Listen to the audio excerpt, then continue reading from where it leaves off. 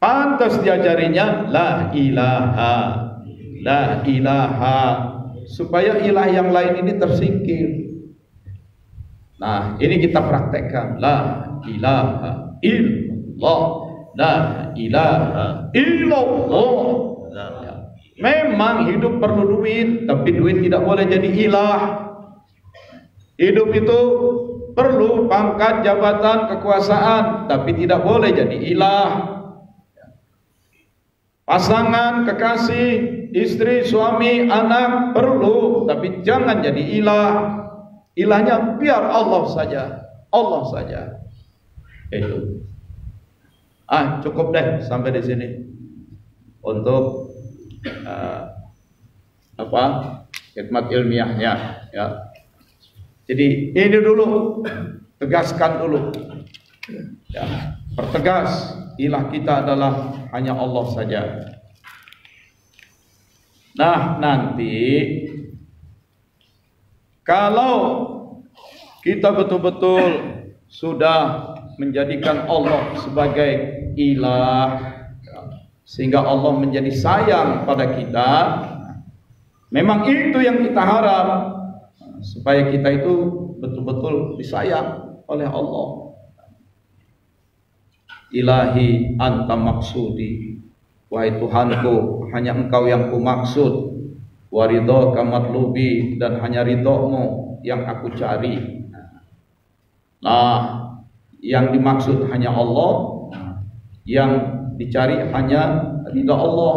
Mudah-mudahan Allah jadi sayang kepada kita.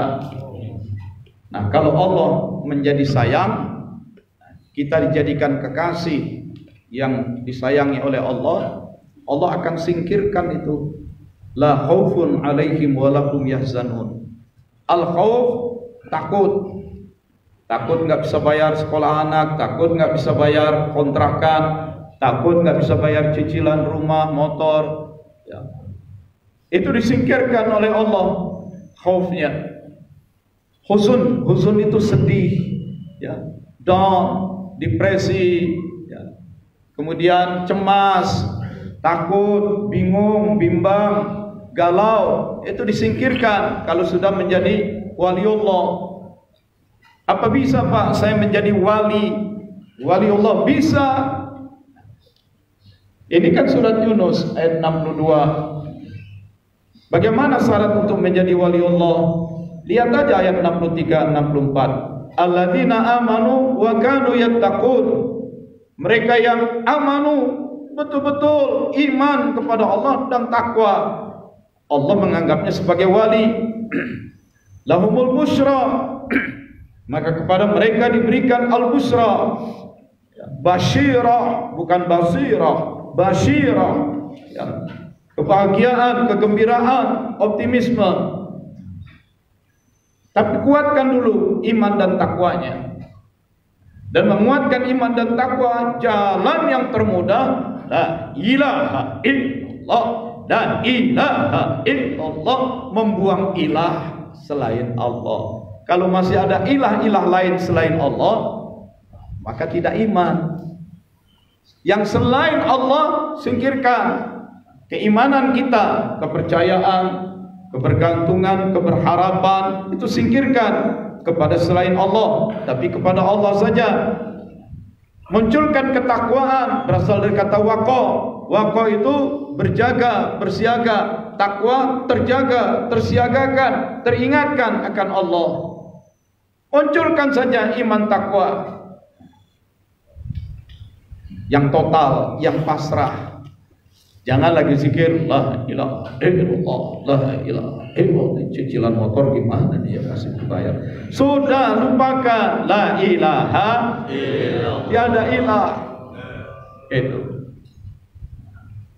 Banyakkan ibadah.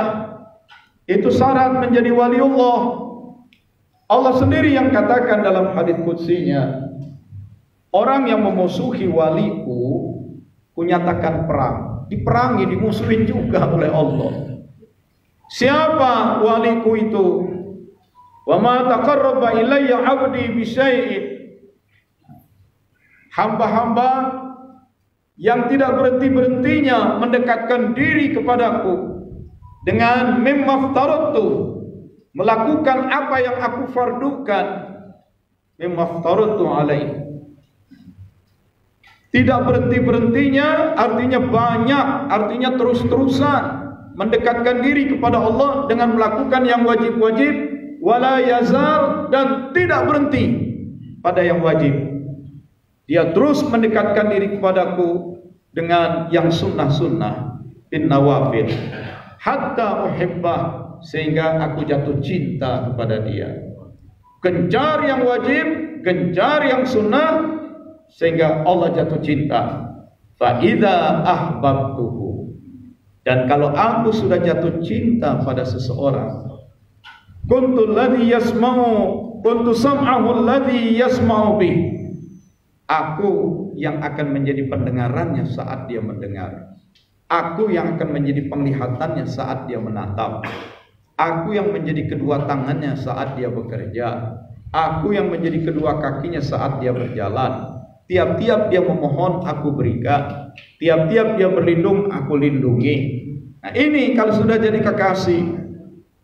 Jadi kerja itu bukan lagi menurut pinternya dia, tetapi Allah terlibat ketika dia bekerja. Maka hasil pekerjaannya bagus. Hasil pekerjaannya menjadi produktif, menjadi bernilai tinggi. Kerja ya tetap harus kerja. Memangnya kalau udah zikir nggak kerja? Yas'aluhu man fis samawati wal ard, selalu meminta kepada Allah semua yang ada di langit, di angkasa sana, di bintang-bintang, di planet-planet, di galaksi-galaksi. Ada banyak makhluk-makhluk yang ada di bumi, burung, pohon, cacing di dalam tanah, ikan-ikan di dalam lautan, semua yang ada di langit dan di bumi, yas'alu, selalu meminta kepada Allah. Yas'alu ma fis samawati wal ard. Karena banyak yang minta, kulla yaumin huwa fi sya'nin. Setiap hari Allah berada dalam kesibukan. Setiap hari Allah selalu bekerja. Kalau Allahnya bekerja, kenapa kita yang hamba Allah, khalifah Allah, malas, geletak melulu, mentang-mentang udah pensiun. Pensiun dari kantor, kan belum pensiun dari menjadi manusia. Kenapa jadi pemalas? Ya nggak ada lagi yang mau dikerjain. Kalau soal pekerjaan banyak, ya. Pagi anterin cucu sekolah, pulang mampir ke masjid yang terdekat. Ngapain? Lihat kamar mandinya kotor, bersihin, kan nyari kerja kan? Bersihin, sikat lantai kamar mandi, sapuin, pasang karpet, terus sholat duha situ. Apalagi udah pensiun Pak, pensiun apa? Kerja di bagian keuangan kemarin. Datanglah ke panti asuhan sekitar situ. Saya ini ahli pembukuan, ahli akuntansi. Mana pembukuan panti asuhan ini? Saya yang kerjain. Kerja beresin pembukuan. Pensiunan kok malas. Dan makin malas makin cepat sakit. Bergerak itu bahasa Arabnya harakah. Al-harakah barokah. Pergerakan memberikan keberkahan. Malas bergerak hilang keberkahan. Ingat tuh para pensiunan. Saya boleh ngomong begitu karena umur saya ini sebenarnya umur pensiunan. Umur saya 63 besok. Udah banyak yang umur-umur pensiunan. Ya. Kan kemarin udah dapat MPP, mati pelan-pelan. Nah, sekarang MPP yang sebenarnya yaitu bergeraklah. Hasilkan sesuatu. Datangi majelis-majelis taklim, baca Quran. Allah Tuhan yang selalu bekerja, dan Allah sangat malas melihat, Allah sangat benci melihat orang yang bermalas-malas diri. Sering ke masjid tapi nongkrong mulu di tangga masjid, chatting mulu. Padahal kamar mandi masjid bau pesing. Kenapa nggak dia kerjain? Selang ada, sikat ada, semprot aja, bersihin. Itu Udah datang ke masjid maka airnya banyak, buka keran gak tanggung-tanggung, boros. Ente ngisikan celengan berapa? Buat bayar PDAM berapa?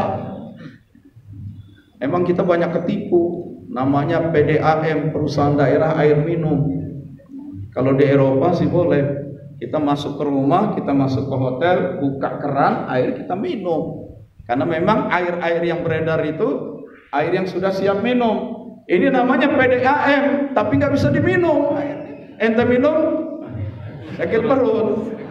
Sebenarnya bukan PDAM, perusahaan daerah air bersih, PDAB, nipu itu. Pakai nama PDAM tapi airnya nggak bisa diminum. Nah, itu. Waduh Pak, saya kerja di PDAM, ya istighfar aja. Itu, ya. Gitu. Jadi cobalah lakukan sesuatu. Berwudu jangan boros.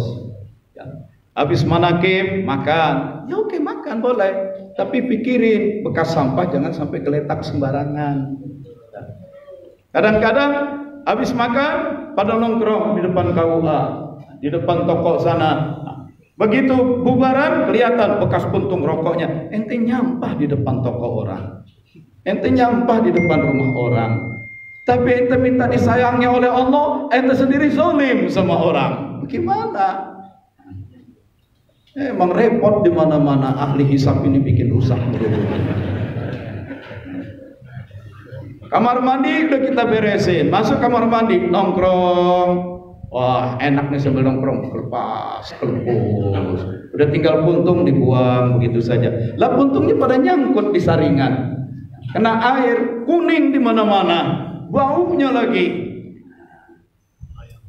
Ini kayaknya sudah waktunya nih pengurus masjid bikin peraturan mendenda ini.